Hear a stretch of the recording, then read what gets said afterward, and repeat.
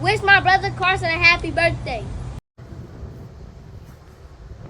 Come on, Car, keep going. Boom, good job, Car. Keep going, Car.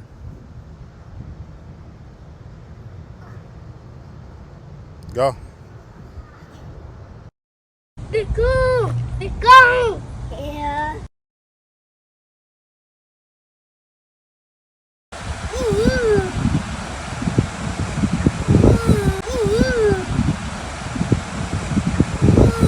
And again, I want to thank you for the shout outs for Carson's birthday and also hitting that Cash App. Keep that Cash App ringing. Carson's birthday is here. And I call Carson Mr. D's because he disappears and then just shows up. But he allows me to do my videos, make things happen. And as you can see, he's strong, man. I call him Bam Bam because he is definitely a strong man. But let's get into the video.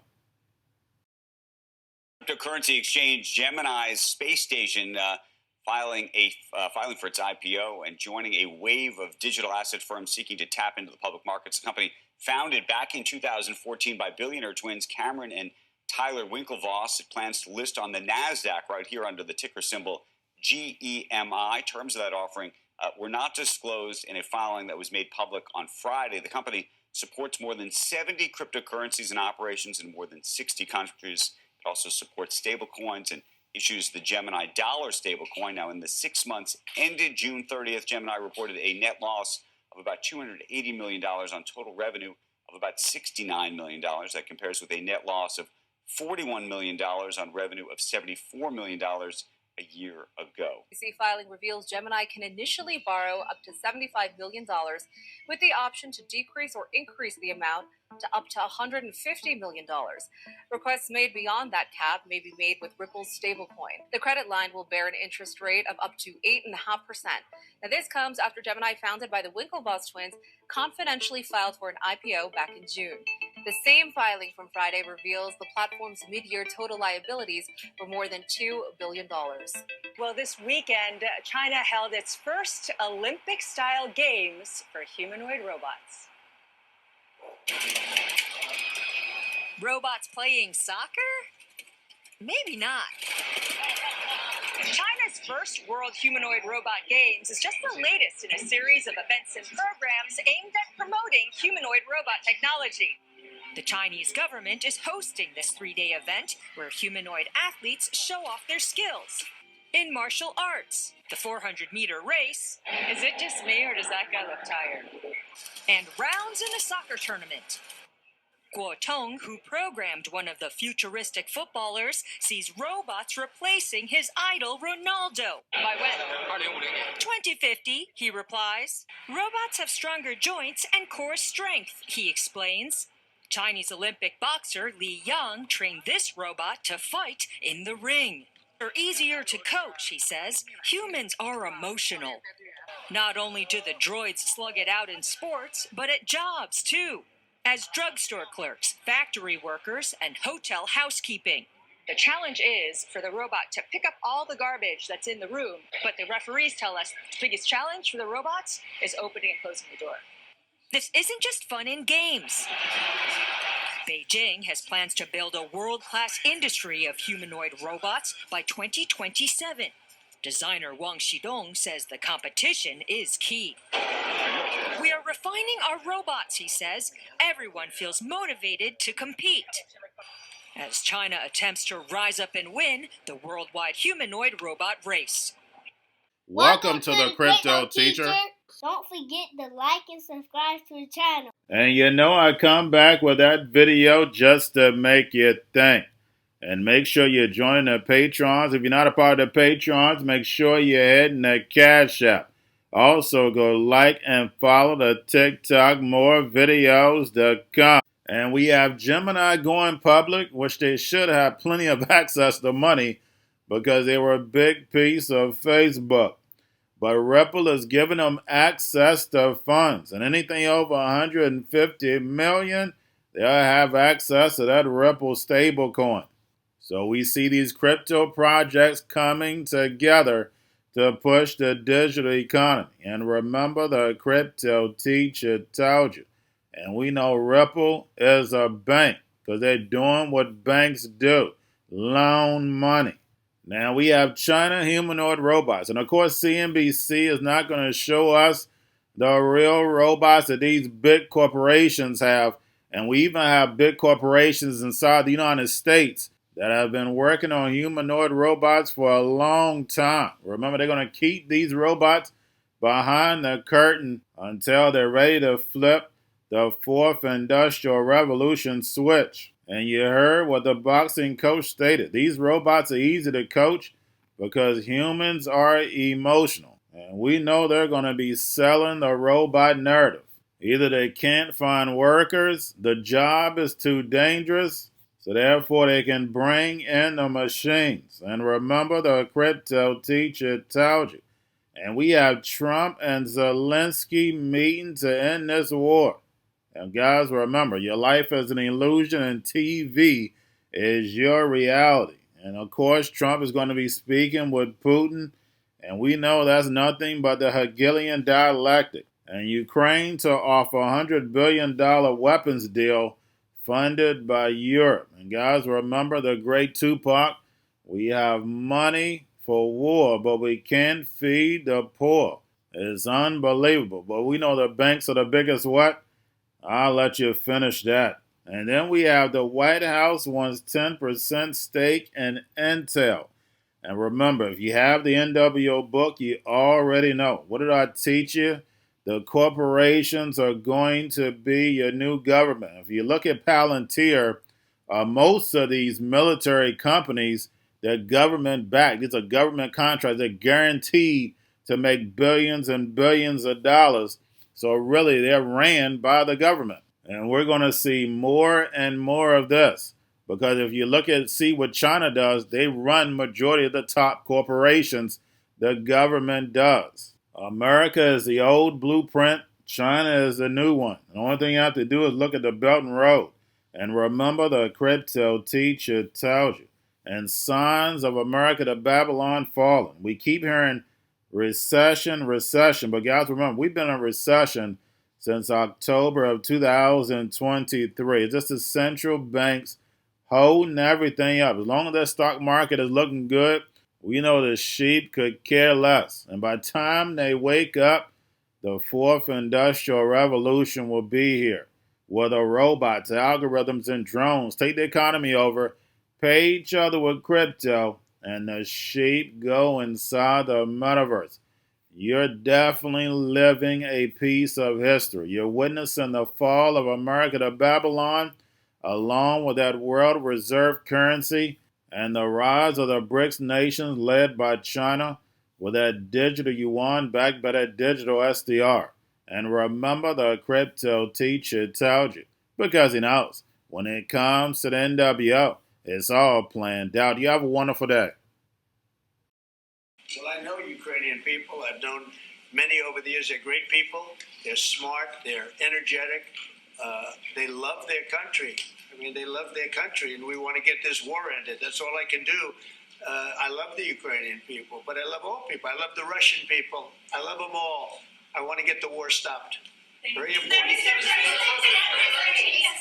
Mr. President, was there any aspect of your discussion with Vladimir Putin that left you disappointed? Look, we just spoke to, I was just telling the president, I just spoke to President Putin indirectly, and we're going to have a phone call right after these meetings today. And we may or may not have a trilat. If we don't have a trilat, then the fighting continues.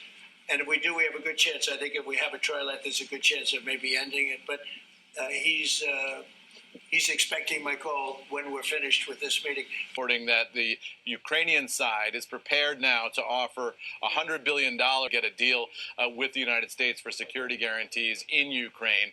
No word in this report from the FT on what specific weapon systems those would be. The FT suggesting that money would be financed by the European side, and this might appeal to President Trump's deal-making sensibility in his effort to improve the economic situation for American manufacturers. Why would the White House want to take a 10% stake in Intel?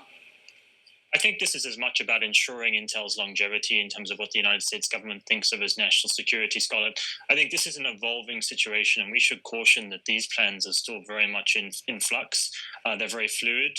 Intel has not commented on them, but what we can tell you is the United States government is considering taking a 10% stake in Intel.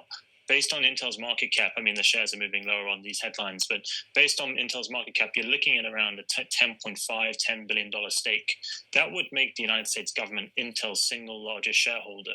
And this would be kind of a replication of something we saw a few weeks ago when rare earths company MP Materials announced that it would be receiving an investment from the Department of Defense. I think recession risks are really high. I think the key here is jobs. I think that's the right place to focus. And of course, with the recent data, we see job growth has come to a virtual standstill. And I don't see any reason why we'll see any pickup here anytime soon. So, if we start getting some negative job numbers, which I think are really very, very possible, that would be a clear indication of recession.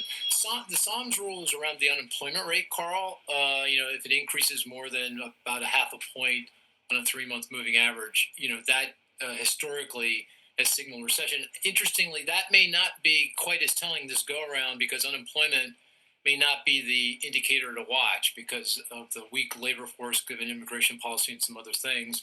We may not see unemployment rise to the degree that we have historically, belying the weakness in the economy, but nonetheless. So the Psalms rule may actually not be the indicator to watch, but everything else strongly suggests that the economy is in trouble here. Going to a different economy, and we're going to be learning more about that as we go. But clearly, we're learning that things can be done from remote locations. We're learning that technology can replace people even more than we thought. We're not going back to the same economy. We're recovering, but to a different economy, and it'll be one that is more leveraged to technology. And I worry that that is going to make it even more difficult than it was for many workers.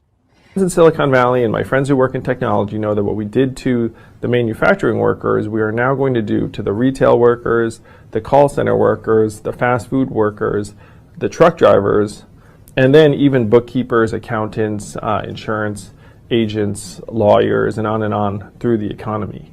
So what happened to the manufacturing workers is a very clear sign. And so we'll import Chinese-based CBDC technology. So it's going to be CBDC in a box provided to you by the People's Bank of China.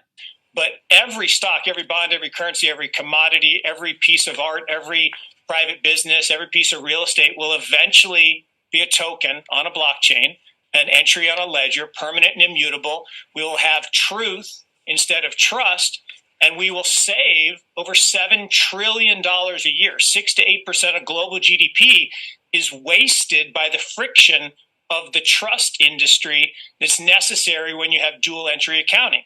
With triple entry accounting, which is what a blockchain is, we get rid of all of that friction. It's a beautiful future. Like what you see in China and their social credit scoring systems, right?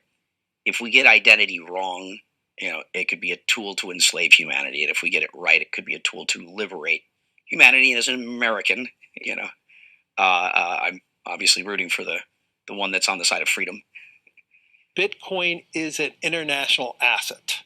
And also, I do believe the role of crypto is it's digitizing gold.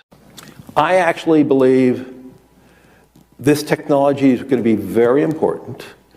Look at it. We have been part of a huge revolution in investing through ETFs.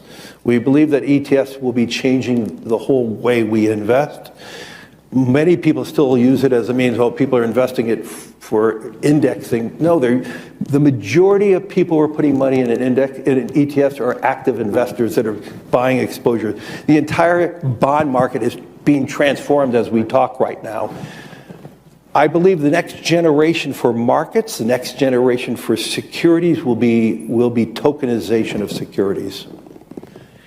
And if we could have that distributed ledger that we know every beneficial owner, every beneficial seller, we all have our code of who's buying, who's selling, instantaneous settlement.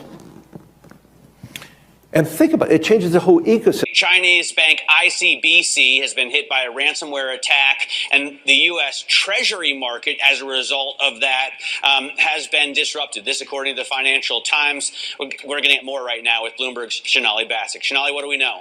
Listen, we have the Financial Times now reporting that ICBC, one of China's largest banks here, was hit with a ransomware attack. And remember, they're a very significant intermediary in the Treasury market. The SIFMA has told its members that this has been part of the reason here that the system is kind of clogged up, if you will, during that auction that we saw a little bit before. The attack had prevented ICBC, according to the Financial Times, from settling Treasury trades on behalf of other market participants. A large executive at a major bank also telling the paper that such a large party on the fixed income clearing corp creates major concerns, potentially impacting the liquidity of Treasury markets. Now, it was not just a poor auction. It was absolutely lousy, and you know, when the dealers have to step in to save a treasury auction, that's a rare occurrence. And Cryptoteacher and the New World Order book, plus the 3 kids books, It's Time to Re-Educate. Also, new to cryptos, Coinbase, Bitrue, Binance. Do not forget book links and crypto links are in the description. The stock channel, guys. Don't forget to go like, subscribe, spread everywhere. You have your Kobo, your chip stocks, your banking, your gaming. While everybody's sitting at home, get on stocks, the Seaver, the biotech stocks. And while everybody's at home wishing, they were still getting that free money. What are they doing? Drinking and smoking weed. Don't forget about those stocks, and you have a wonderful day. The most powerful person in the world is the storyteller. The storyteller sets the vision, values, and agenda of an entire generation to come. Steve Jobs. And guys, you know I truly believe in this. When you look at the New World Order, they're the storytellers. And that's the reason why I wrote my New World Order book. But guys, now it's time to change the current generation. And I wrote 3 kids books. You know I love the Trinity because I understand the power that's in it. So I have 3 books. We have an opportunity to change the generation, to educate, not just me, but I want to show you that I take action on a daily basis. And I want you to take action on a daily basis. Whether it's your job, whether it's in your community, we have an opportunity right now to educate the masses. I posted this on my Twitter account. Please share, but this is a short clip of the 3 books. There's going to be a clothing line and action figures. Please get these books for your kids, nephews, cousins, friends, so therefore we can start the re-education now. Because as we see, the 4th Industrial Revolution foundation is definitely here. Robots, algorithms, drones, taking humanity out the picture. We have to re-educate. But let's get into the video. Part 1. King Joshua and Grandma Tam save the village. Part 2. King Joshua and Grandma Tam save New York from COVID-33. Part 3. King Joshua and Grandma Tam goes to China. It's mandatory to get part 1, part 2, and part 3 of this series. It's time to re-educate Generation Z.